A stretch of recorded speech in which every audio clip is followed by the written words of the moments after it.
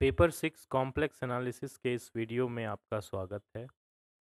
इसमें हम लोग एक बेसिक प्रॉब्लम करेंगे जिसमें हम लोग एक पाथ का पैरामेट्रिक फॉर्म निकालेंगे। तो आपको पाथ जो दिया हुआ है वो दिया हुआ है, ये एक स्ट्रेट लाइन है, line segment from 0 to 2+2i। तो इसे हम लोग प्लॉट कर लेते हैं। तो अगर हम इसे प्लॉट करेंगे, मान लीजिए ये आपका एक्स यानी रियल एक्सिस है और ये आपका इमेजनरी एक्सिस है। तो आपका पहला पॉइंट है 0 0 यानी ओरिजिन, और आपका दूसरा पॉइंट है 1 2, ये 2 हो गया, 1 2, तो ये पॉइंट हो गया 2+2i।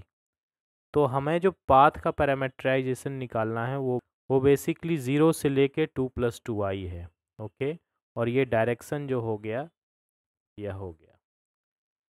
तो हम लोग जानते हैं कि पैरामीटराइजेशन निकालने के कई तरीके हैं, लेकिन जो एक जनरल तरीका है पैरामीटराइजेशन निकालने का, उसमें हम लोग बेसिकली y को as a function of x लिखते हैं और x का कोई डोमेन होता है, मान लीजिए x belongs to A B.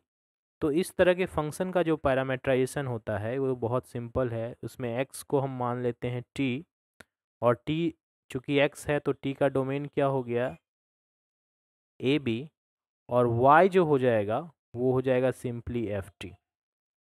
तो हम लोग इस टेक्निक से पैरामीटराइजेशन निकालेंगे इस बात का। तो अब हम लोग देखते हैं कि हम इसका पैरामीटराइजेशन कैसे निकालते हैं। तो सबसे पहले आपको ये फंक्शन कैलकुलेट करना पड़ेगा f।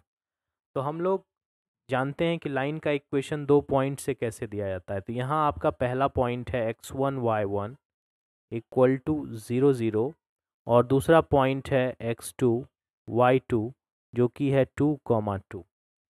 तो अगर हम 2 पॉइंट फार्मूला से लाइन का इक्वेशन निकालें तो ये हो गया y-0 divided by 0-2 equals to x-0 divided by 0-2।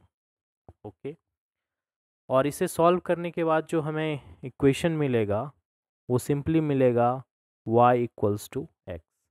तो हमारा लाइन का जो ये जो फंक्शन आया y equal to F X, वो सिंपली आ गया y इक्वल टू एक्स। और इसमें हम लोग देख सकते हैं कि x की वैल्यू कहाँ से कहाँ चेंज हो रही है, 0 से लेके 2 तक।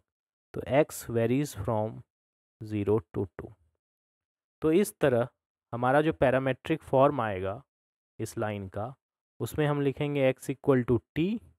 तो y क्या हो जाएगा, और t कहाँ से कहाँ बिलोंग करेगा, 0 से लेके 2 तक। और y क्या हो जाएगा, y इस फॉर्मूले से सिंपली हो जाएगा t।